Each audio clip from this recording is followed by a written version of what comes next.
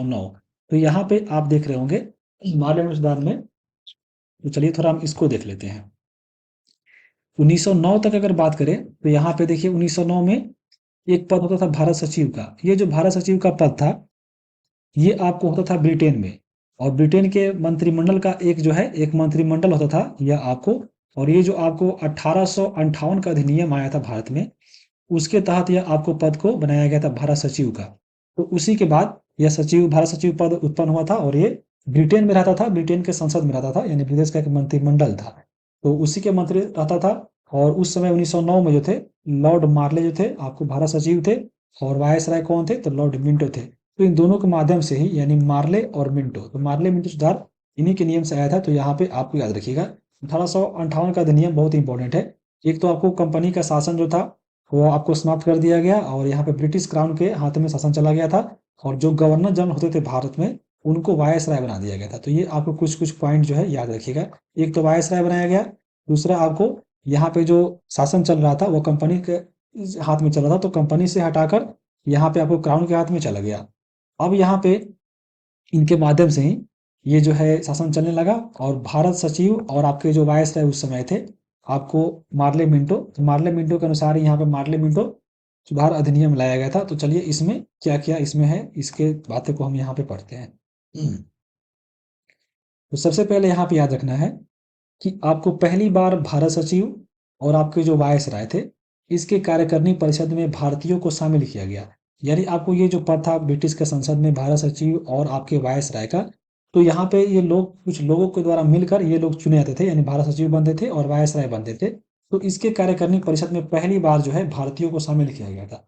तो भारत सचिव का जो पद था, इसके जो कार्यकारिणी परिषद था उसमें 2 भारतीयों को शामिल किया गया था। एक थे केसी गुप्ता और दूसरे थे सैयद हुसैन बिलग्रामी। तो यहाँ पे ये दोनों को शामिल किया गया सचिव में, सचिव के कार्यकारिणी परिषद में। जबकि जो वायसराय थे इसके कार्यकारिणी परिषद में एक सदस्य को शामिल किया गया, और वह थे सत्येंद्र नाथ सिन्हा। यह बहुत इंपॉर्टेंट है। सत्येंद्र नाथ सिन्हा के बारे में आगे हम लोग बहुत इंपॉर्टेंट पढ़ेंगे, और आपको मालूम होना चाहिए ये कहाँ के थे, तो आपके बिहार के थे। तो यह बहुत इंपॉर्टेंट रहता है, यह आपका एग्जाम में आना तय है। तो यहाँ पे सत्येंद्र नाथ सिन्हा याद रखिएगा, ये वायसराय के कार्यकारिणी परिषद में यहाँ पे ये शामिल हुए थे। तो यह में पूछता है कि कार्यकारिणी परिषद में नियुक्त होने वाले प्रथम भारतीय कौन थे, तो आपको सत्येंद्र नाथ सिन्हा थे। तो सत्येंद्र नाथ सिन्हा की अगर हम बात करें, तो ये जो सत्येंद्र नाथ सिन्हा थे वह बिहार और उड़ीसा जो था उसके यह गवर्नर बनाए गए थे। और यहाँ पे संपूर्ण ब्रिटिश काल में अगर हम देखें, जब से अगर ब्रिटिश जो है भारत में शासन कर रहा था, तो उस समय काल में इतने ऊंचे पद पे पहुंचने वाले एकमात्र भारतीय थे, और एक बिहारी थे। कौन थे, तो आपको सत्येंद्र नाथ सिन्हा। तो ये बिहार से जुड़े हुए हैं, क्योंकि बिहार के एग्जाम के लिए बहुत इंपॉर्टेंट है। यहाँ पे ये जो बने सत्येंद्र नाथ सिन्हा कहाँ के, तो बिहार और उड़ीसा के गवर्नर पद पे बने थे, याद रखिएगा। और बाद में जाकर यहाँ पे 1921 में जब चल रहा था असहयोग आंदोलन, आपको मालूम होगा 2021 में चला था असहयोग आंदोलन, तो असहयोग आंदोलन में भी यहाँ पे बहिष्कार आंदोलन चला था। तो सत्येंद्र नाथ सिन्हा जाकर वहां पे यह पद से जो है हट गए थे, यानी इस्तीफा दे दिए थे। तो ये भी पूछता है कि आपको सत्येंद्र नाथ सिन्हा जो पहले भारतीय जो थे कार्यकारिणी परिषद में भाग लिए थे वायसराय के, इन्होंने किस आंदोलन के दौरान अपने पद से इस्तीफा दे दिया था, तो असहयोग आंदोलन के दौरान 1921 में। तो ये भी आपको पॉइंट यहाँ से याद रखना, यह बहुत इंपॉर्टेंट पॉइंट है। अब हम आगे चलेंगे।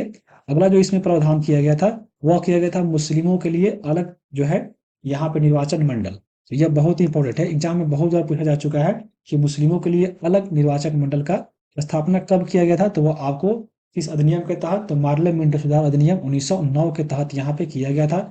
और यहाँ पे मार्लो मिंटो 1909 पृथक जो है यहाँ पे निर्वाचन स्वीकार करके यहाँ पे द्विराष्ट्र सिद्धांत की अवधारणा जो है प्रारंभ माना जाता है। क्योंकि यहाँ पे जो मान लिया जो मुस्लिमों के लिए अलग निर्वाचक मंडल होगा और हिंदुओं के लिए अलग होगा, तो इसी से जो है यहाँ पे माना जाता है कि यहाँ पे 2 राष्ट्रांत यानी भारत और पाकिस्तान का जो है बीज जो रोपा जाता है, यहीं से शुरू माना जाता है कि इसी के माध्यम से आगे चलकर भारत का विभाजन हुआ था भारत और पाकिस्तान के रूप में। यहाँ पे जब यह पृथक निर्वाचन जो है स्वीकार कर लिया गया था, तो यहाँ पे जो वायसराय थे लॉर्ड मिंटो, इनके द्वारा एक बयान भी दिया गया था कि याद रखना कि पृथक निर्वाचक क्षेत्र बनाकर हम ऐसे घातक बीज बो रहे हैं जिसका फसल आगे बहुत कड़वा होगा, और एक बना भारत और बना दूसरा पाकिस्तान। आप इसको यहीं से बीज था, यानी यहीं से जो है उत्पन्न हो गया था निर्वाचक मंडल देने के साथ ही यहाँ पे द्विराष्ट्र जो है होने की आगे संभावना बताई जा रही थी, और जो आगे जाकर सत्य हो जाता है। या उसके बाद देखिए केंद्रीय विधान जो परिषद था उस समय होता था, तो उसमें जो है विधान परिषद में सदस्यों की संख्या बढ़ाई गई थी इसी में।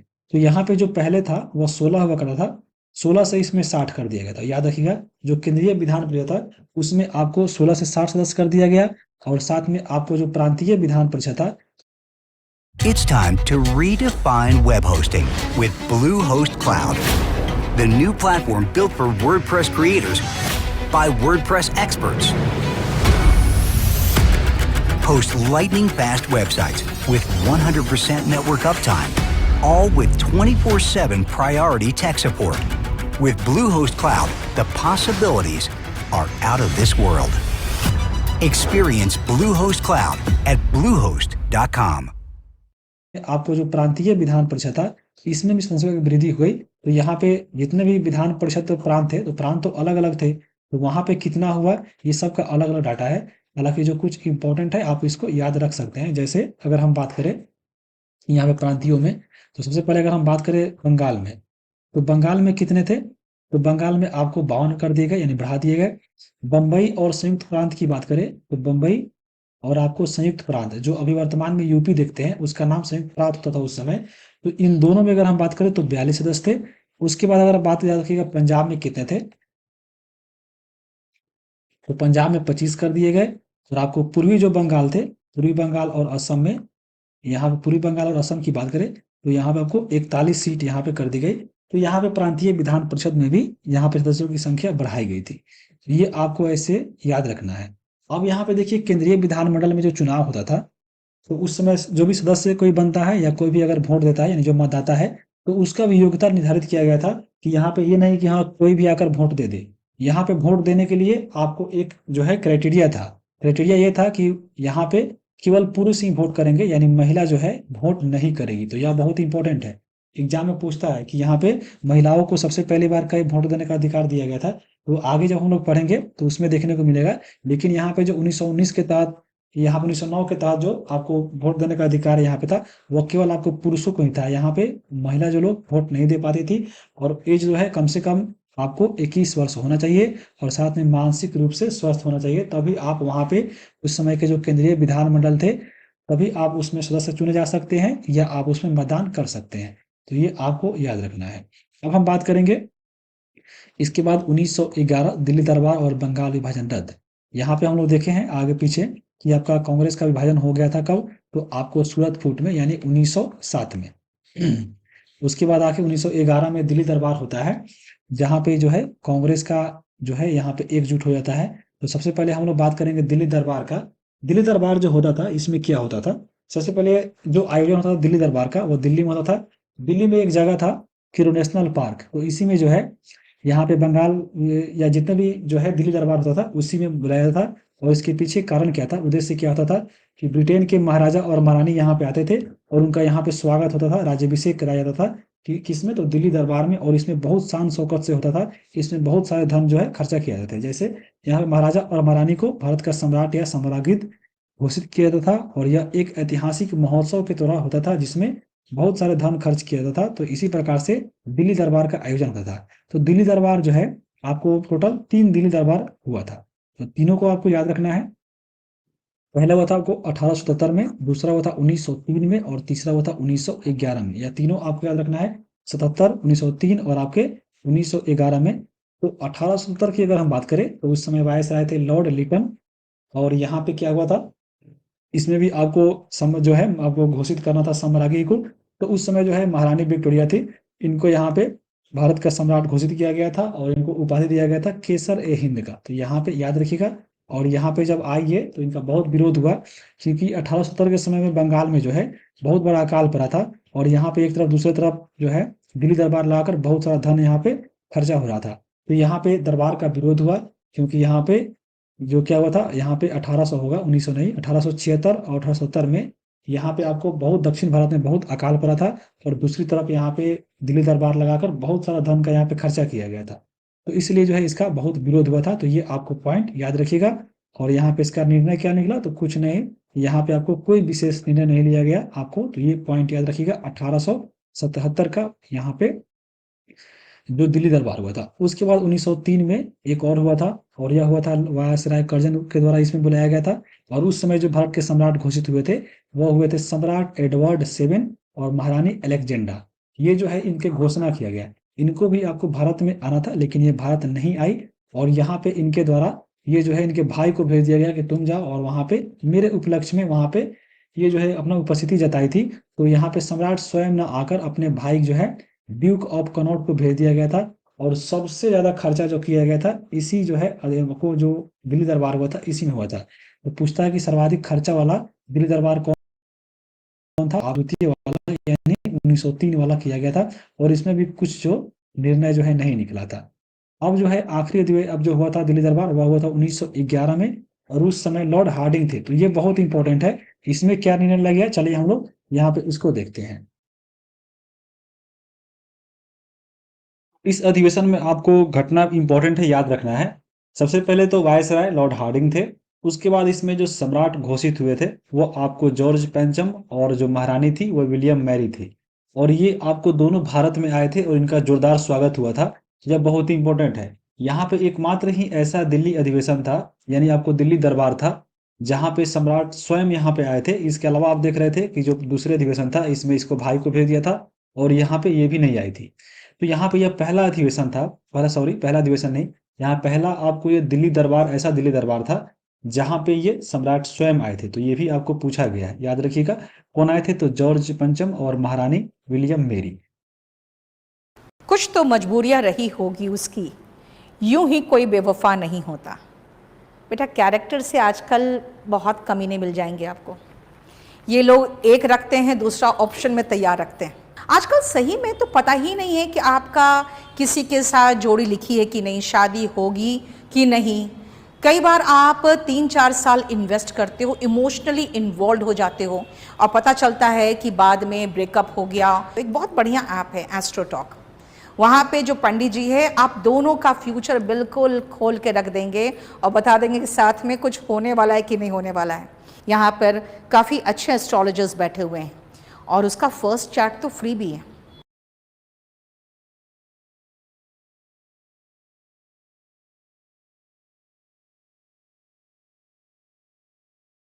यहाँ पे क्या हुआ था, निर्णय लिया गया था। तो आपको दो निर्णय बहुत इंपॉर्टेंट है। पहला, इसमें बंगाल विभाजन को रद्द कर दिया गया, और दूसरा दिल्ली को राजधानी यहाँ पे बनाया गया था, घोषणा हुआ था।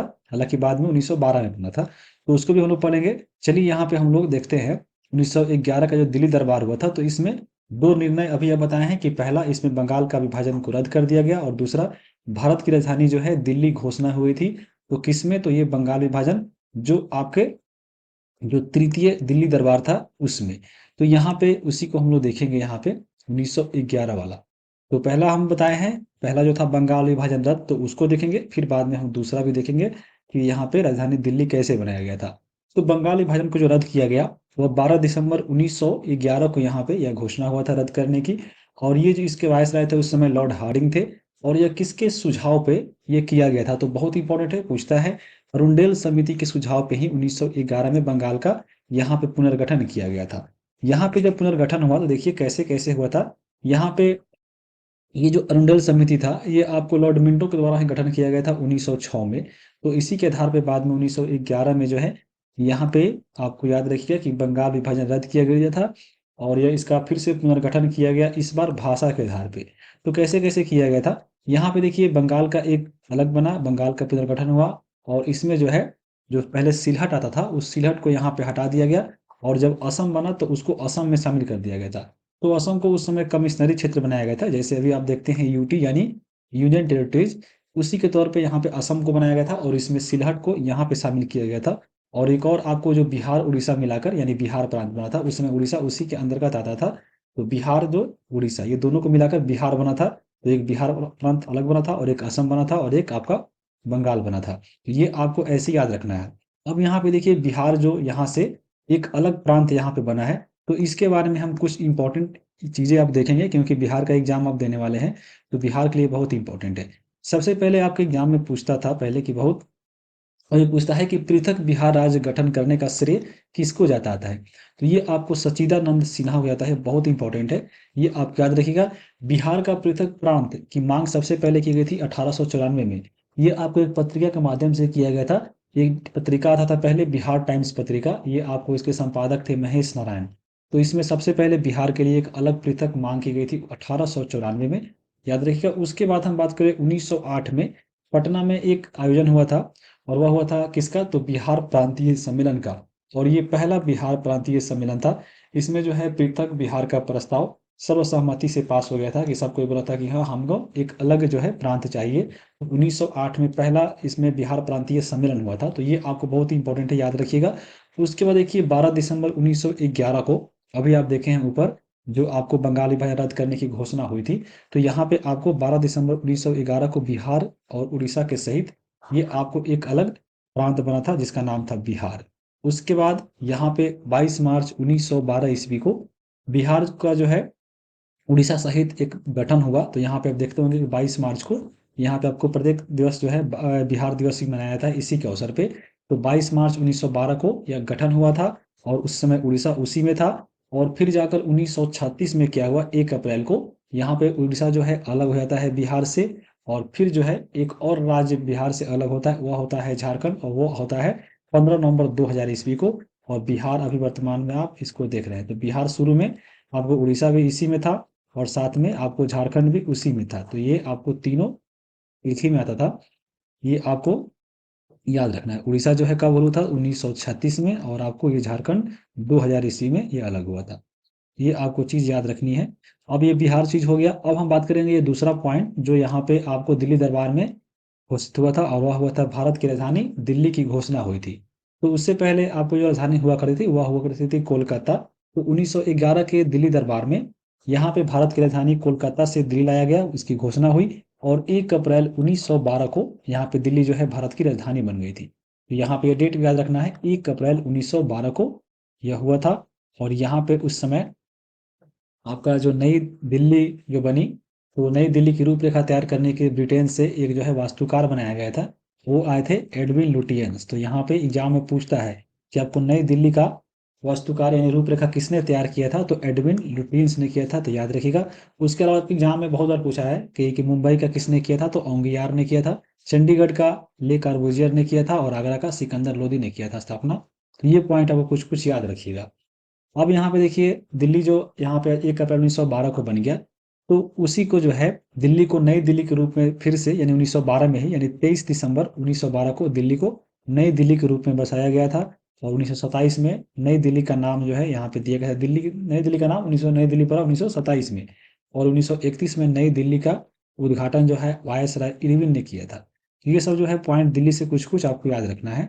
अब हम देखेंगे यहाँ पे प्रथम विश्व युद्ध जो हुआ था उसका और इसका जो है आंदोलन का भारतीय राष्ट्रीय आंदोलन पे क्या प्रभाव पड़ा, उस दृष्टिकोण से हम लोग यहाँ पे द्वितीय प्रथम जो विश्व युद्ध है उसको यहाँ पे पढ़ेंगे। अच्छा सुनो, आज तुम सबके लिए चना दाल और कद्दू की सब्जी बन रही है। हमारे शादी का खाना समझ के खा लेना है? अरे भाई इसके लिए कल से बहुत मेहनत किए हैं। मुजफ्फरपुर के लौंग, मधुबनी से इलायची और पटना से दालचीनी हम खुद अपने हाथों से चुन के लाए हैं। अरे आखिर बिहार के स्वाद का मामला है। बात तो सही है। अच्छा, मुझे तो लगा सनराइज में है स्वाद बिहार का।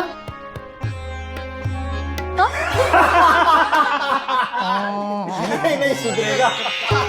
शादी हो गई अब तो सुधर जा। लौंग, इलायची, दालचीनी, जायफल और चुनिंदा मसालों से बना सनराइज राजशाही गरम मसाला आपके खाने को स्वादिष्ट बनाए, क्योंकि इसमें है स्वाद बिहार का।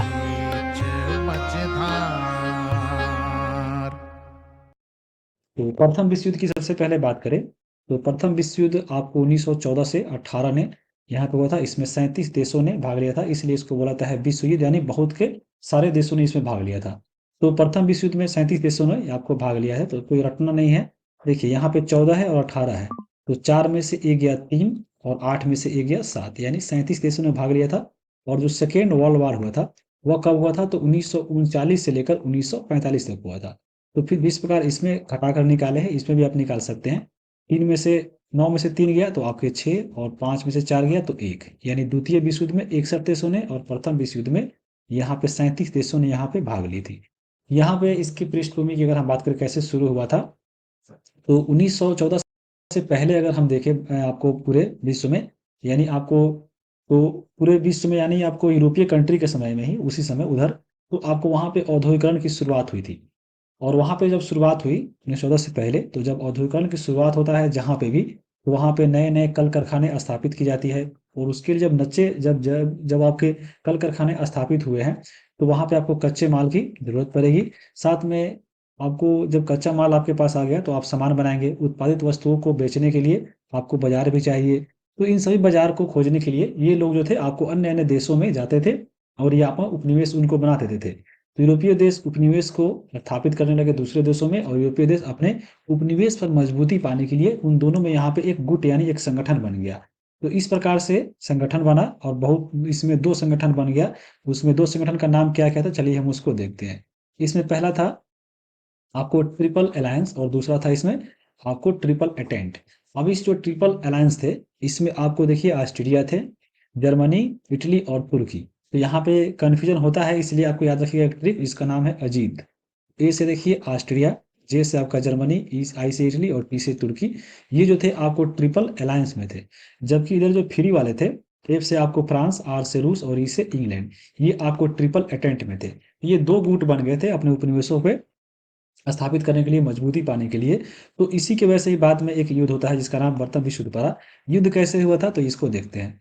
वो तत्कालीन कारण इसका बताया जाता है, यानी उस समय क्या कारण था। तो यहाँ पे तत्कालीन अगर कारण को देखा जाए प्रथम विश्व युद्ध के, तो उस समय ऑस्ट्रिया के एक युवराज थे जिनका नाम था आर्कड्यूक फर्डिनेंड।